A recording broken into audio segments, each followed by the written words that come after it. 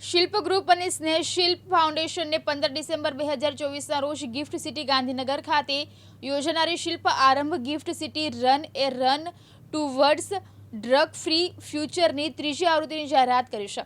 પાછલી બે આવૃત્તિઓની અવિશ્વસનીય સફળતા પછી આ વર્ષની ઇવેન્ટનો ઉદ્દેશ દેશભરના હજારો પાર્ટિસિપેન્ટ્સને તંદુરસ્ત ડ્રગ મુક્ત ભારત માટેની મૂવમેન્ટમાં જોડવા માટે પ્રેરિત કરીને એક નવો માપદંડ સ્થાપિત કરવાનો છે। આ વર્ષની ઇવેન્ટ ભારતભરમાંથી 20,000થી વધુ દોડવીરોની ભાગીદારી જોવા માટે તૈયાર છે। હું Snehal Brahmbhatt, founder of Snehshilp foundation. મેરેથોનને અત્યારે ગિફ્ટ સિટી રન નું આ ત્રીજું એડિશન છે અને સમય સાથે એમાં પણ અમને સારો સપોર્ટ મળી રહ્યો છે અને આ વખતે અમે ડબલ ઉત્સાહ અને ડબલ પબ્લિક સાથે કરી રહ્યા છીએ। બધાનો રિસ્પોન્સ પણ ખૂબ જ સારો છે।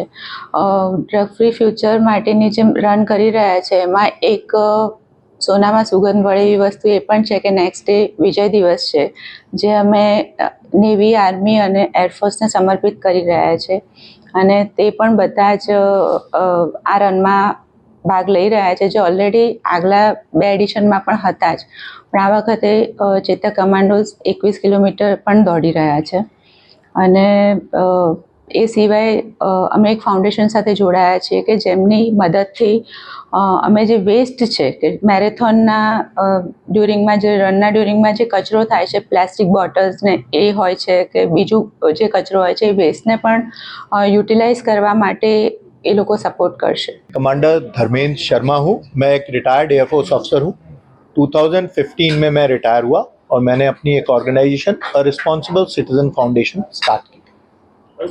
मेन पर्पस इस मैराथन को ज्वाइन करने का और इसमें रहने का ये है कि हम लोगों के बीच में सेग्रीगेशन, वेस्ट सेग्रीगेशन का जो महत्वपूर्ण विचार है वो प्रस्तुत करें और लोगों को प्रेरित करें कि वो अपने वेस्ट को सेग्रीगेट करें और जो भी रिसाइक्लेबल वेस्ट है उसको रिसाइकलिंग करें और पिराना जैसा पहाड़ बनने से रोकें, जो कि आज के टाइम में हर शहर में बन रहा है।